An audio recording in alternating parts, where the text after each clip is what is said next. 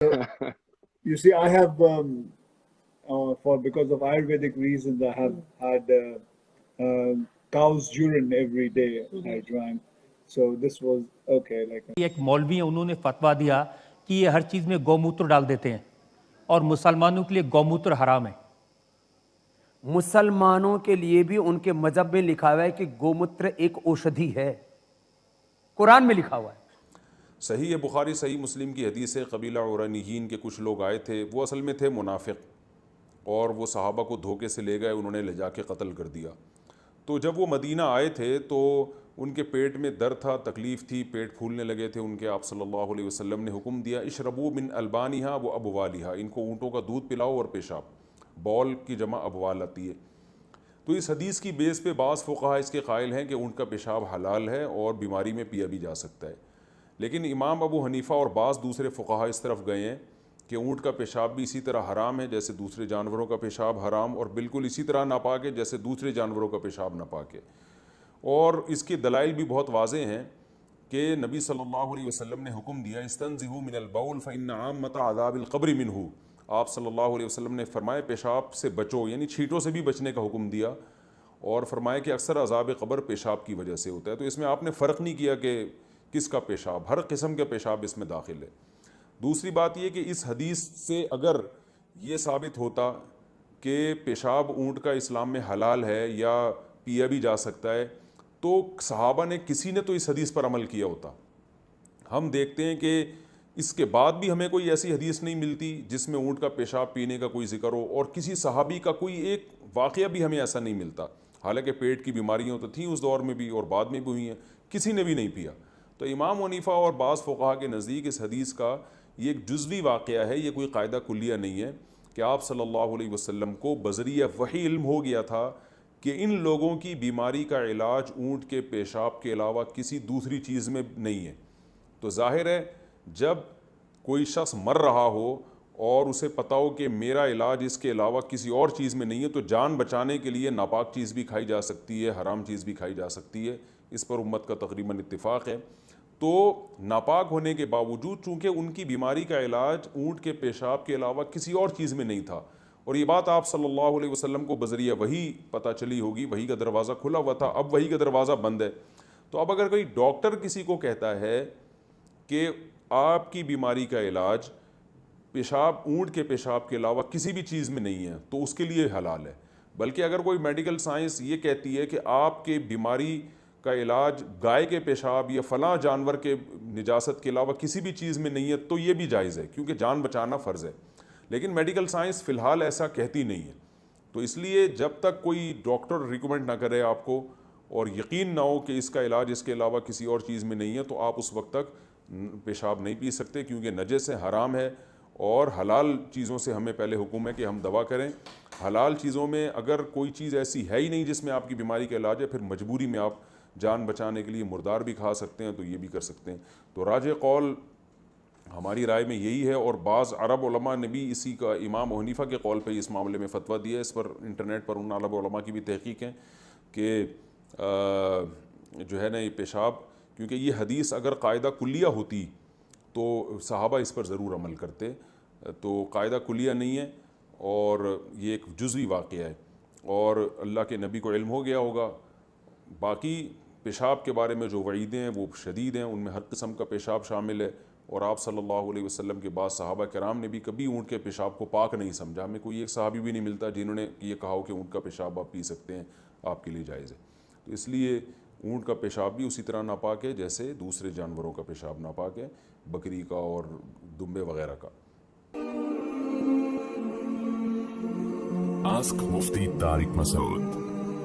कहते हैं कि वो मुझे दुबई से जानते हैं माशाल्लाह, और कई सालों से मेरे तकरीर सुन रहे, और वो कहते हैं कि उनके तजुर्बे के हिसाब से वो समझते हैं कि मुसलमान अच्छे लोग हैं, सच बोलते हैं, झूठ नहीं बोलते, किसी का पैसा नहीं खाते। लेकिन एक उनको मुसलमानों के बारे में एक चीज़ जो खटकती है कि मुसलमान गाय का गोश्त क्यों खाते, वो उनका सवाल है। मैं पहले बोलना चाहता हूँ भाई साहब आनंद जी कि एक मुसलमान अच्छा मुसलमान रह सकता है 100% शाकाहारी होने के बाद भी, a Muslim can be a good Muslim even by being a pure vegetarian. शुद्ध शाकाहारी होने के बाद भी एक मुसलमान 100% अच्छा मुसलमान रह सकता है। लेकिन क्योंकि अल्लाह सुब्हाना व तआला, हमारा रब, हमारा खालिक, कुरान मजीद में अल्लाह ताला फरमाते हैं, सूरह माइदा में सूरा नंबर 5 आयत नंबर 1 में अल्लाह ताला फरमाते कि आप उन 4 पायों जानवरों का गोश्त खा सकते हैं जिनकी हमने इजाजत दी है। अल्लाह ताला फरमाते सूरह नहल में सूरा नंबर 16 आयत नंबर 5 में कि आप कैटल का गोश्त खा सकते हैं। कुरान में जिक्र आता है सूरह मोमिनून में सूरा नंबर 23 आयत नंबर 21 में कि आप कैटल में से आपको मिलता है दूध, उनमें से मिलती है आपको गर्मी, और आप इनका गोश्त खा सकते हैं। तो जब अल्लाह सुब्हाना व तआला, हमारा खालिक, हमारा मालिक कहता है कि आप गोश्त खा सकते, तो क्यों हमें नहीं खाना चाहिए? मैं आपको कोशिश करूंगा बताने के लिए कि आज की साइंस ये कहती है कि हमारे जिस्म में हमको प्रोटीन की जरूरत है, कम से कम 23 एमिनो एसिड की जरूरत है। यही 23 में से 8 एमिनो एसिड हमारे जिस्म में नहीं बनते। उसके लिए फर्ज है कि ये हमारे खाने में हमें ये अमीनो एसिड मिलना चाहिए। कोई भी शाकाहारी, कोई भी भाजी पाला नहीं है जिसमें आटों के आटो अमीनो एसिड मौजूद है। फ्लैश में, गोश्त में आटो अमीनो एसिड मौजूद है। इसे साइंस कहती है कंप्लीट प्रोटीन, कंप्लीट फूड। आज साइंस ये कहती है कि फ्लैश फूड में, गोश्त में प्रोटीन है, नियासिन है, विटामिन B1 है, इससे सेहत अच्छी बनती है। और आज आप देखेंगे जो जानवर जो शाकाहारी होते हैं, जो सिर्फ भाजी पाला खाते हैं, भेड़, बकरी, गाय, आप देखेंगे इन जानवरों के दांत इनके चपटे हैं, उनके पास हर्बीवोरस सेट ऑफ टीथ है। ये सिर्फ भाजी पाला खाते, गोश्त खा ही नहीं सकते। जब आप देखेंगे मांसाहारी जानवर के दांत, शेर बब्बर, चीता, उनके नोकीली दांत होते हैं। ये सिर्फ गोश्त खाते हैं, भाजी पाला खा ही नहीं सकते। जब आप अपने दांत आईने में देखेंगे तो भगवान ने, ईश्वर ने, हमारे खालिक ने हमें दोनों दांत दिया है, चपटे दांत भी दिया है और नोकीले दांत भी दिया है। अगर हमारा ईश्वर चाहता था कि हम सिर्फ भाजी पाला खाए तो ये नोकीले दांत क्यों दिया? गोश्त खाने के लिए। आज की साइंस कहती है कि जो डाइजेस्टिव सिस्टम है हर्बीवोरस एनिमल का, गाय, भेड़, बकरी के, वो सिर्फ भाजी पाला डाइजेस्ट कर सकते, गोश्त को डाइजेस्ट कर ही नहीं सकते। जो डाइजेस्टिव सिस्टम कार्निवोरस एनिमल का है, चीता, शेर बब्बर, ये सिर्फ गोश्त डाइजेस्ट कर सकते, भाजी पाला नहीं। लेकिन हम इंसानों को अल्लाह ताला ने, हमारे ईश्वर ने स्मॉल इंटेस्टाइन भी दिया है, बिग इंटेस्टाइन भी दिया है। हम भाजी पाला भी डाइजेस्ट कर सकते, गोश्त भी डाइजेस्ट कर सकते। अगर हमारा ईश्वर चाहता था कि हम सिर्फ भाजी पाला खाए तो हमें ये डाइजेस्टिव सिस्टम क्यों दिया जो गोश्त को भी डाइजेस्ट कर सकता है? तो साइंटिफिकली हमारा जिस्म हमारे ईश्वर ने ऐसा बनाया है कि हम भाजी पाला भी खा सकते हैं, गोश्त भी खा सकते हैं। और बहुत लोगों को गलत फहमी है कि हिंदू मजहब में गोश्त खाने की ममानियत है। भाई आप हिंदू है ना? आपके नाम से लगता है आप हिंदू है। हिंदू है ना सर? जी हिंदू ही है। आप हिंदू है ना? हाँ बिल्कुल सही, आपके नाम से लग रहा है, आनंद आपका नाम है, आप हिंदू है। आपको गलतफहमी होंगी कि हिंदू मजहब में गोश्त खाना हराम है। आप जब हिंदू मजहबी किताब पढ़ते हैं, आपकी मजहबी किताब में लिखा है कि गोश्त भी खा सकते हैं, मांस भी खा सकते हैं और बीफ भी खा सकते हैं, गाय का गोश्त भी खा सकते हैं। आप जब पढ़ेंगे मनुस्मृति चैप्टर नंबर 5 अध्याय नंबर 5 श्लोका नंबर 30 में लिखा है कि अगर खाने वाले जानवर, अगर खाने वाले मखलूक उस चीज को खाती है जो खाने वाले जानवर है, तो आप कोई गुनाह नहीं कर रहे, क्योंकि ईश्वर ने कुछ मखलूक को बनाया है खाने के लिए और कुछ मखलूक को खा जाने के लिए। Some to eat and some to be eaten. तो अगर आप खाने वाले जानवर खाते हैं तो गुनाह नहीं कर रहे। लिखा है मनुस्मृति में अध्याय नंबर 5 श्लोका नंबर 31 में कि अगर आप पूजा के लिए जानवर को कत्ल करते हैं तो कोई गुनाह नहीं करते। लिखा है मनुस्मृति में अध्याय नंबर 5 श्लोकान नंबर 39 और 40 में कि ईश्वर ने कुछ जानवर को बनाया है पूजा के लिए, सैक्रिफाइस के लिए। तो killing in sacrifice is not killing, तो कत्ल करना पूजा में कत्ल नहीं है। तो मनुस्मृति के मुताबिक आप गोश्त खा सकते हैं। फिर आप जब मुताला करेंगे महाभारत का, महाभारत में अनुशासन पर्व में अध्याय नंबर 88 में युधिष्ठिर, पांडव के 5 भाई थे, आपने युधिष्ठिर का नाम तो सुना होगा।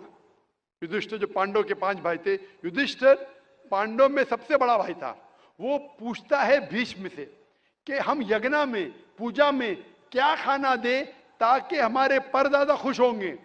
तो भीष्म कहता है अगर हम यज्ञ में, पूजा में चावल, बार्ली, सेब, भाजीपाला देंगे तो हमारे परदादा 1 महीने के लिए संतुष्ट रहेंगे। अगर हम मछली देंगे तो 2 महीने के लिए, अगर गोश्त देंगे 3 महीने के लिए, अगर खरगोश देंगे तो 4 महीने के लिए, अगर बकरी देंगे तो 5 महीने के लिए, अगर सुअर देंगे तो 6 महीने के लिए, अगर परिंदा देंगे तो 7 महीने के लिए, अगर हिरन देंगे तो 8 महीने के लिए, अगर बैल देंगे तो 11 महीने के लिए, अगर गाय देंगे तो पूरे 1 साल के लिए हमारे परदादा संतुष्ट रहेंगे। 1 साल। क्या दूध की बात अगर कर रहे हैं सर? आप बफेलो देंगे, बफेलो तो 12 साल के लिए, अगर राइनोसरस देंगे या रेड मीट, लाल गोश्त, तो हमारे परदादा हमेशा के लिए संतुष्ट रहेंगे। पूरा मेन्यू है महाभारत में, हिंदू किताब में पूरा मेन्यू है।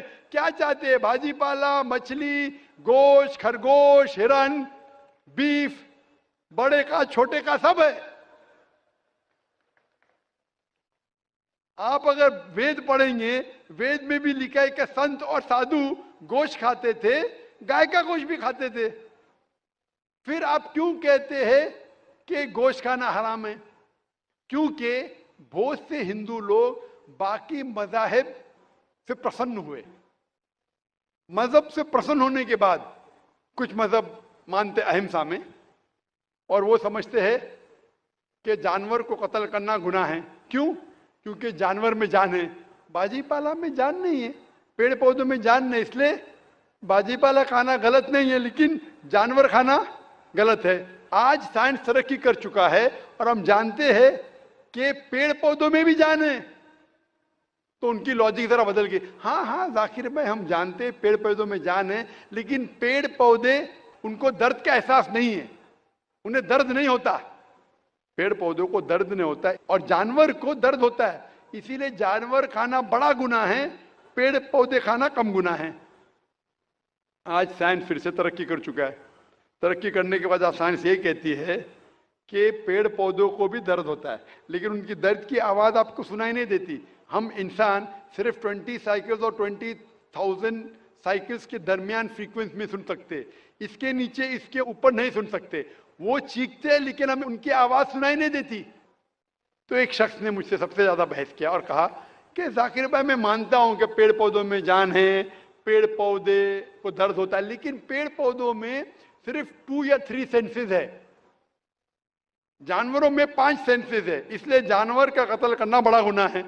तो मैंने उससे पूछा कि अगर आपका भाई पैदा होता है 2 सेंसेस कम के साथ, वो सुन नहीं सकता है और बात भी नहीं कर सकता है, गूंगा है और बहरा है, जब वो बड़ा होता है और अगर कोई इंसान उसका कत्ल करता है तो क्या आप जाके कहेंगे जज से, मिलॉर्ड कातिल को कम सजा दो क्योंकि मेरा भाई गूंगा था, बहरा था, वो सुन नहीं सकता था, बात नहीं कर सकता था? आप तो कहेंगे कातिल को डबल पनिशमेंट दो, मेरा भाई तो मासूम था, ना सुन सकता था ना बात कर सकता था। इस्लाम में 2 सेंसेस लेस और 2 सेंसेस मोर नहीं।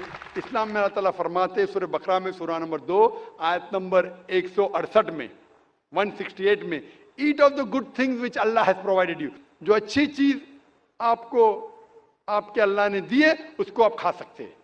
तो आप अगर मुताला करेंगे मजहबी किताबों का और साइंस का, गोश्त खाना कोई गलत नहीं है। और मुझे खुसूसन कोई गिला शिकवा नहीं अगर गैर मुस्लिम, अगर हिंदू गोश्त नहीं खाते, मुझे कोई गिला शिकवा नहीं, क्योंकि अगर सब हिंदुस्तानी गोश्त खाने लगेंगे तो हिंदुस्तान में गोश्त के भाव बढ़ जाएंगे।